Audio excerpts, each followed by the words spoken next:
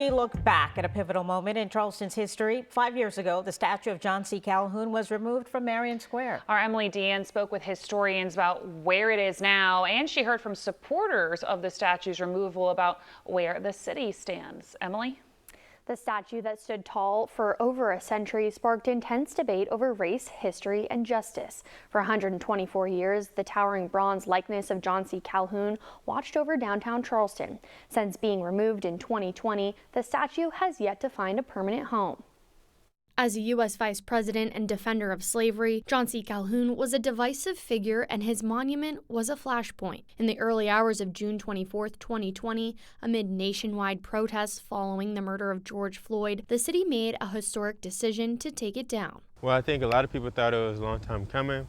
My granddad, who was one of the first black managers of Francis Marion, he remembers protesting the John C. Calhoun statue in like the 60s. Crowds gathered, some in tears, others cheering. For many, it was more than just the removal of a monument. Today, the statue is gone, but supporters of the statue's removal say systemic issues remain. From the power structure that John C. Calhoun represented, the white, rich, powerful sources, the billionaires of Charleston today, they've only gotten stronger. The statue itself remains in an undisclosed location as city leaders continue discussions on its future. Calhoun descendants and private advocacy groups have filed multiple lawsuits in the last 5 years, fighting for the statue's relocation. The statue was supposed to be put in a museum, and the State Museum wouldn't take it, and the Charleston Museum wouldn't take it. Nobody wants the criticism. I mean, it's this cancel culture. This is a perfect example of it. The city and state museums are discussing a long-term loan for the statue, but negotiations are stalled because of the active lawsuits. Attorneys say even if legally cleared, City Council must vote publicly on next steps, whether to relocate the monument, display it in a museum,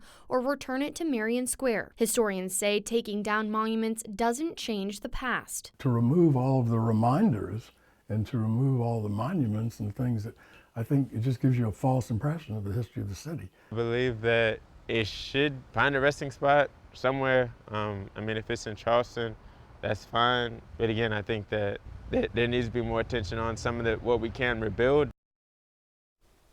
While the public still does not know where Calhoun is, supporters of the statue's removal, historians, and descendants all agree future placement should include educational context. Working for you, Emily Deanne, News 4.